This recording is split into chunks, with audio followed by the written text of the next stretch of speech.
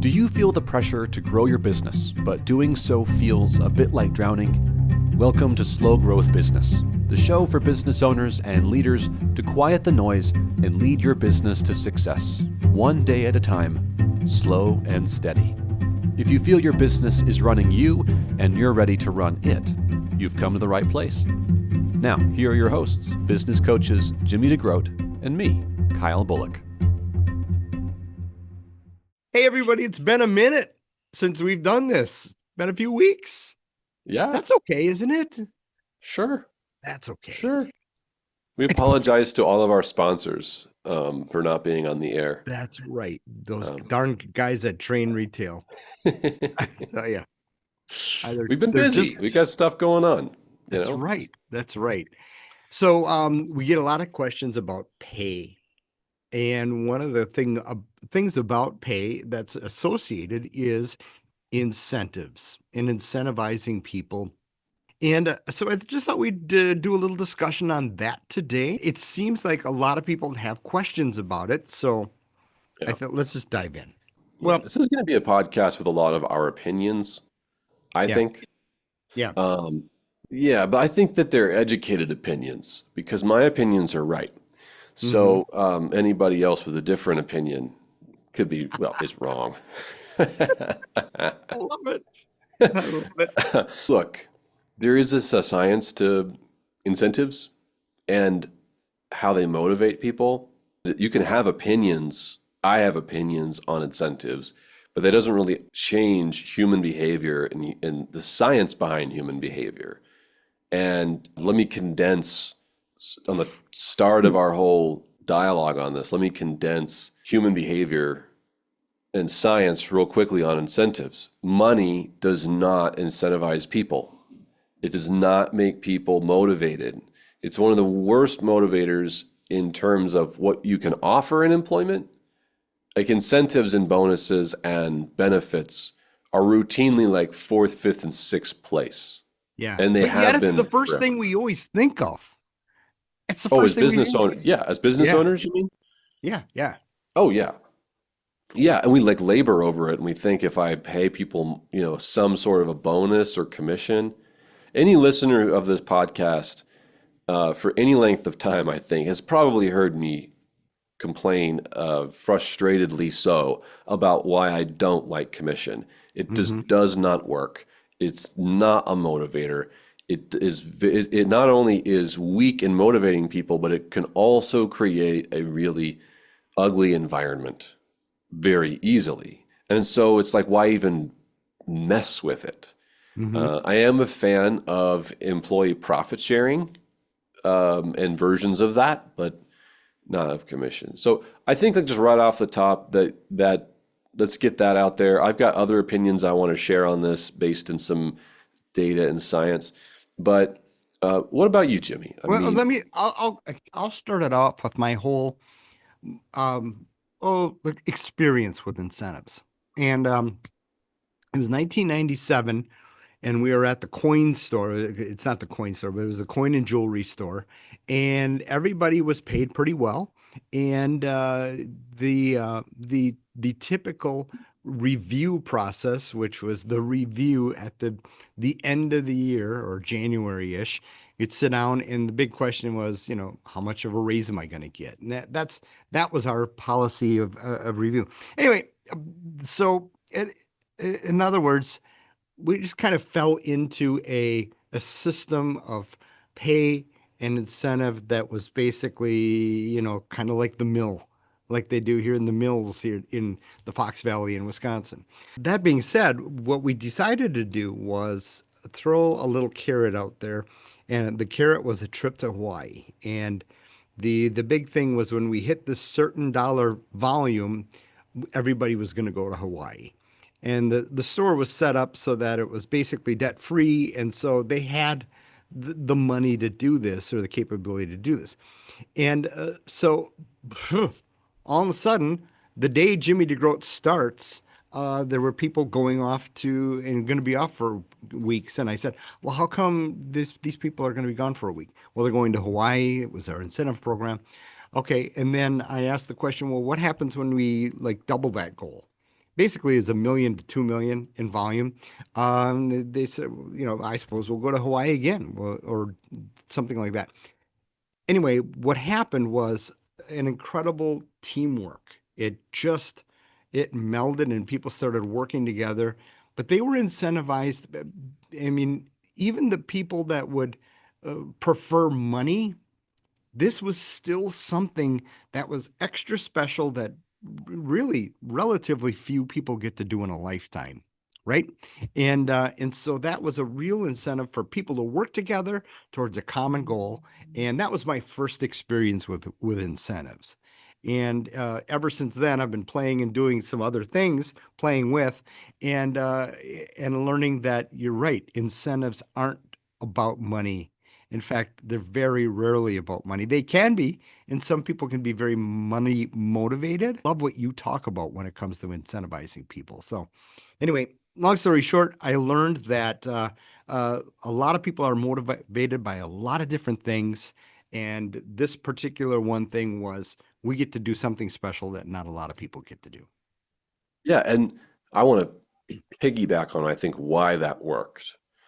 Because it was a team goal, a team effort, grounded in an incentive that had a team experience, right? Hmm. So it's unique because it's I'm giving you an experience that we're all sharing in this together and equally. So Hmm. everybody's getting a piece of the cake.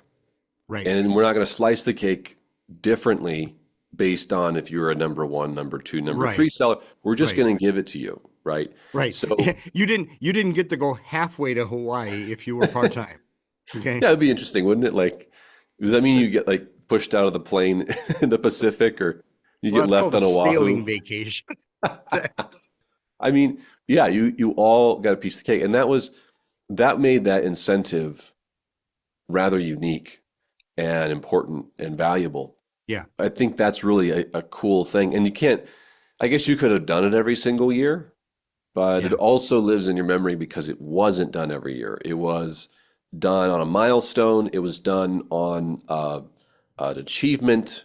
And if you do it all the time, it kind of dilutes the impact. It's Yep. like, well, we're Yep. going to Hawaii again for the 10th time this year. Right.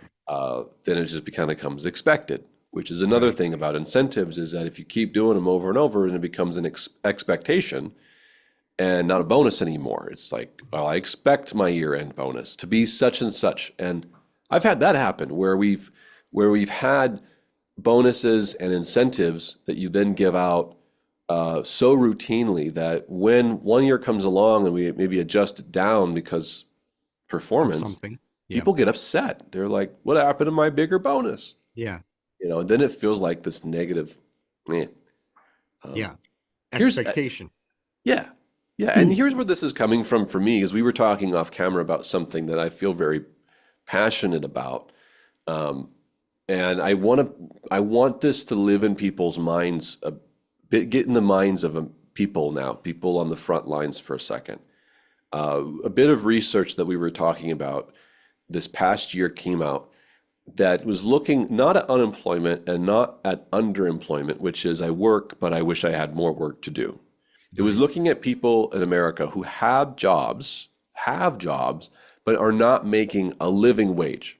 So they're working, but they're not making enough money at that one job to pay all the bills that a normal household would have. Or, that's Yep. food, shelter, clothing, water. Okay. You bet. 44% of Americans do not make a living wage. I guessed 15%, and I thought that was high. 44%. 44. Think of it this way. Half of America that's working right now does not make enough money to make the ends meet. So they get a second job. So they have to go cut corners. They need assistance programs, so on and so forth. Yeah. How can you blame them? They're working full time, okay? And they're still not making the ends meet. So that's a really important piece of this incentives discussion today because it's easy to say, well, as a business owner, I'm not going to pay them any more until they have a bonus that they've earned. Commission is that, by the Right. way. They have Right. to earn it. And I go, look, there's expectations you have to set for employees and goals you have to make in sales and so on, or it doesn't make mathematical sense to have them on the payroll. I get Right. that. Yeah. We train that. We train that, the 10X Absolutely. rule. So yeah. Absolutely. But you can't fix bad pay with incentives. And I think when you know you have bad pay, you'll notice a few symptoms when you're underpaying people. One, people are leaving your job that you've offered them, they're leaving your employment to work someplace else.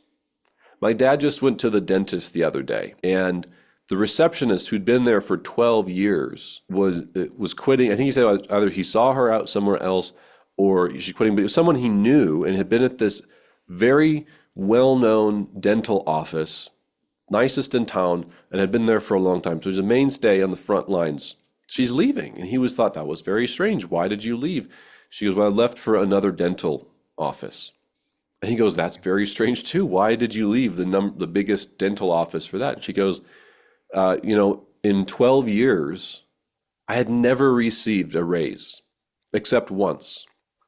I received one raise in 12 years, and this other place offered me better pay. Yeah. And he was like, of course.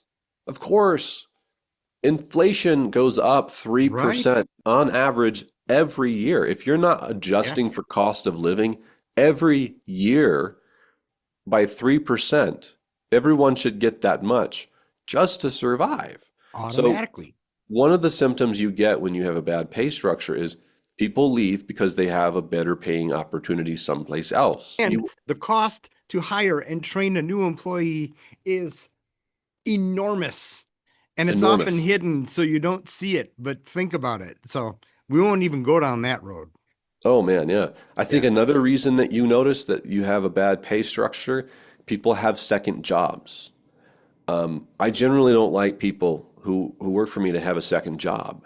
I want them to be able to focus fully on the job that we have for them, to give And them their then all, and go home and relax. go home and relax. Now, if you have a Mhm. second job because you want to, and okay, but I want you to be able to live off of the income that you make when you work with me. Because if you don't, you're taking on a second job and now your attention's divided just to make the ends meet. Yeah. So look at your staff. Who has second jobs? So that's another indicator that you could have a bad pay structure going on. And number three is just listen to the dialogue of your employees. Are they talking about the stress of things like inflation, the cost of beef, cost of coffee? And are they saying it in a way that's distressing? I can't afford. That's Yeah. so expensive. I can't, blah, blah, blah. Yeah. These are all indications that you have a bad pay structure to begin with, and you can't out incentivize a bad pay structure. You Right. just And then can't. there are other tells too, like their appearance, okay, that might be clothing. If something happens to a vehicle and they don't fix it, Mm, there's a lot of little cues there that I was always trying to pay attention to. And, mm, always asking myself, Tina's car is, why doesn't she get that? So mm. I always had to examine myself. So I appreciate that insight. Love that. I love Yeah. that because you just personalized it. I'm giving these general approaches, but when you look at someone and what they're going through, and yeah, I want to give a number here for our listeners, and these are general numbers for the United States. But I want to give this to you because you can't, again, you cannot out incentivize a bad pay structure. I wouldn't even think about or worry about incentives. I wouldn't add them. I wouldn't even deal with them until you have a good base pay Hmm. for people. And right now in the United States, did a little Googling. Now this is very much dependent on where you live. So if you live on the coasts, populated areas, it will be higher. You live here in the rural part of the Southwest, it's lower. Google MIT cost of living calculator, and you can actually look up the cost of living in your county through a thing that gets updated every quarter, every month through MIT. So it's a great tool. It's free to use. So MIT cost of what is living. cost of living? Define cost of living. Very good. So cost of living is um, the basics. Can I fill my cart with food at the grocery store that feeds me and my dependents? Can I pay for rent or a mortgage? That Hmm. would be average for my area. Can I put clothes on my back and have basic transportation and basic health care? Yeah. This is not thinking about, oh, I'm, up to my eyeballs in debt, or I really want to drive a BMW Z3, Hmm. and all that. Right. It's none of that. This Oh, is just pure basics that you okay. need to survive. We call it the shopping cart, the American shopping cart, things you need. Okay. So in the United States right now, for a single adult in a lower cost situation, basic stuff here, bare minimum in the US is between $15 and $23 per hour. That's bare minimum, Okay. corresponding to about $31,000 to $48,000. So again, this is a single adult by themselves, no dependents whatsoever. But let's say you've got a family, you're one working adult and two kids. So throw kids into the mix, everything gets more expensive. That person needs to make about $35, $36 an hour, and they need to bring home about $75,000 per year. I say those numbers because if you're listening to this as the manager or the owner of a store, I need you to think about who's making what on your staff, and can they comfortably make the numbers I just quoted. And if Hmm. the answer is they're making less than that, there's no way you're going to out-incentivize those problems. Right. Because incentives, when someone's getting paid less than those numbers or less than cost of living, and you go, well, I've got a nice little bonus program going on. They go, great. But what if the economy sucks? What Right. if, what if I don't hit as big of goals as you have set Right. for me? What if I'm Those are sick a outside week? their control. Oh, Right. What yeah. if I'm sick a week? What if construction on the highway in front of our store? You Yeah. know, yeah. Yeah.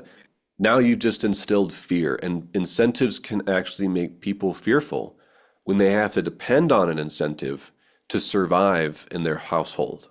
Hmm. And um, so I just want to implore everyone, you need to do an audit of your pay structure and go, am I getting people they owe it? And look, as an owner, as a manager, I get the very next thing out of most people's mouths is, well, how can I afford that? Right. That's where I was going to dive into, because the first thing I'm really going to be thinking about in that situation is, have I become complacent in where my business is in terms of what I'm making, what I'm pulling out of the business, the profitability, et cetera, et cetera. Have I become complacent? Whereas when you and I would talk to people about the 10X rule, and that's if they're in sales in your company, they should be selling 10 times what you pay them. Okay. Um, so, but what I'm getting at is I would be challenging myself as the business owner. What can I do to raise the level of my business, the profitability of my business, the success of my business, and my people? What can I do to raise that all so that I can really afford to, not have to fire them, but I can afford to bless them incredibly. And I mean, seriously, isn't that really what we want? Isn't that what we want? I don't think we all want to be turning the key on our business every day going, I'm going to pay these people as little as I possibly can just to keep them around. I I hope hope, yeah, I I hope hope you're not even listening if that's you. if you are, here's what I think, Jimmy, that could be happening is people hearing me say these things, kind of being on this, and they're sitting there going, well, how can I afford? I don't make much more than that, Right, and I'm right. the owner or the manager. And and we tell anybody who works with us one on one, I want you to be fabulously wealthy. I want you to have a really fantastic pay as the owner, manager, and leader. And I want you to work 35 hours a week, and I want you to have a life. And all of that is possible, especially in today's age. You totally can do it. And so I get that feeling that people may have when they hear this and they go, but I'm not making that now, or I'm barely making a little more than that. And you're telling me I need to hire people for that. And I go, then ask yourself, not, oh God, this is not possible and what do I do? But ask yourself, okay, how? How do I do that? Yeah, How do yeah. I make that possible? Right. And by asking yourself that question, you start this journey of going, okay, I am going to figure out how to grow my business so that everybody who works here has a wonderful living. And then ultimately, when we all live with peace and we have enough money to make ends meet, then we have an incentive like, I want to send you to Hawaii, Right. right? I want to send you to Disney World for Hmm. the first time in your life. Sure. Um, and and then it doesn't feel dissonant. It doesn't feel at odds with the staff. Because I Right. tell you what, if you have a staff, again, or you, who are not making enough to make the ends meet for your area, then the idea of an incentive like the ones we just described, it just sounds like, well, that doesn't make any sense at all. Yeah. Yeah. I can't do that. Yeah. I But can't leave my business for a week. Jimmy, what are you talking about? yeah. Yeah. You know, I can't eat the maraschino cherry. I got to have the sundae. Uh, that's right. I don't know. That's right. I'm an analogy guy. Well, you can riff off this a bit here, but we've had somebody we've multiple times, but there's a case I can think of That's why I brought it up. specifically recently. It goes, you just hit this great milestone. You did this great thing. Congratulations. What are you going to go do to reward yourself? We like to ask that when people hit a thing. What are you going to do to Yeah. reward yourself? And they're just like, well, I can't do anything. Hmm. Or they go, oh, I don't know, I'll reinvest it in the business. Hmm. No, no, Why are we no. here? What do you, Why are we yeah, here? right? You know, but I get that. What's that struggle that people have? What's the mental, let me ask you this then. What's the mental barrier that people may have to get to that better place where they're going, I hear what you're saying, but I can't see how that's possible. Right. You know what I mean? Yeah. I think of James Taylor's song called "The Secret of Life," and it's "The secret of life is enjoying the passage of time." Okay. I may be going down a rabbit hole here, but I'm thinking about the mindset of someone who is afraid to reward themselves for a job well done or a business goal reached. And I'm thinking, why are we here in the first place? You know, when you sat in college in those classes, you didn't think about, man, I hope I make $1 million so I can reinvest it back into my business and buy carpeting. You know, shame on you. Grant, I understand that all needs to be done. Great. But if one of the things I think we're getting away from, especially with this tablet and iPad and screen kind of generation, is we're getting away from tradition and celebrations. And I think we need to celebrate more. We need to, like my son at Christmas time, I always try to create some type of tradition that he wants to continue with his family. And I think rewarding yourself is one of those things that you deserve and you need to do for yourself. And you need to create a tradition of rewards. I have to do it with my wife so that we have something to look forward to. I think one of the greatest things in life is something to look forward to. Hmm. So I don't know if I answered your question or not, but I'm trying to understand the psyche of not doing that. And I'm afraid that we're just getting too busy getting busy. Hmm. And it's Well, kind of like here's one last little thing I want to say. When I was a young boy at Christmas time, we've got this large Catholic family here in the Midwest. Okay, so what do? You go to church, you do these traditional types of things, then the whole family gets together. One thing that was a disconnect for me that I never understood, and again, this is a big mill town, so um, oh, but it was okay for Brad to not be there because he had to work, and working always trumped the celebration and the community and the family and the tradition. That that was a disconnect for me as a kid. I'm like, wait a minute, I don't understand it. We just put all this importance on this, and so I don't know. Maybe I'm just crying for getting back to tradition, getting back to real values here. Sorry for the rabbit hole, well, guys, but I want to use that to can you tie capstone. that in?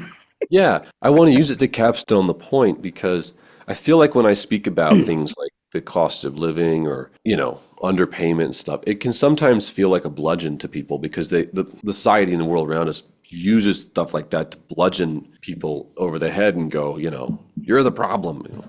And Yeah.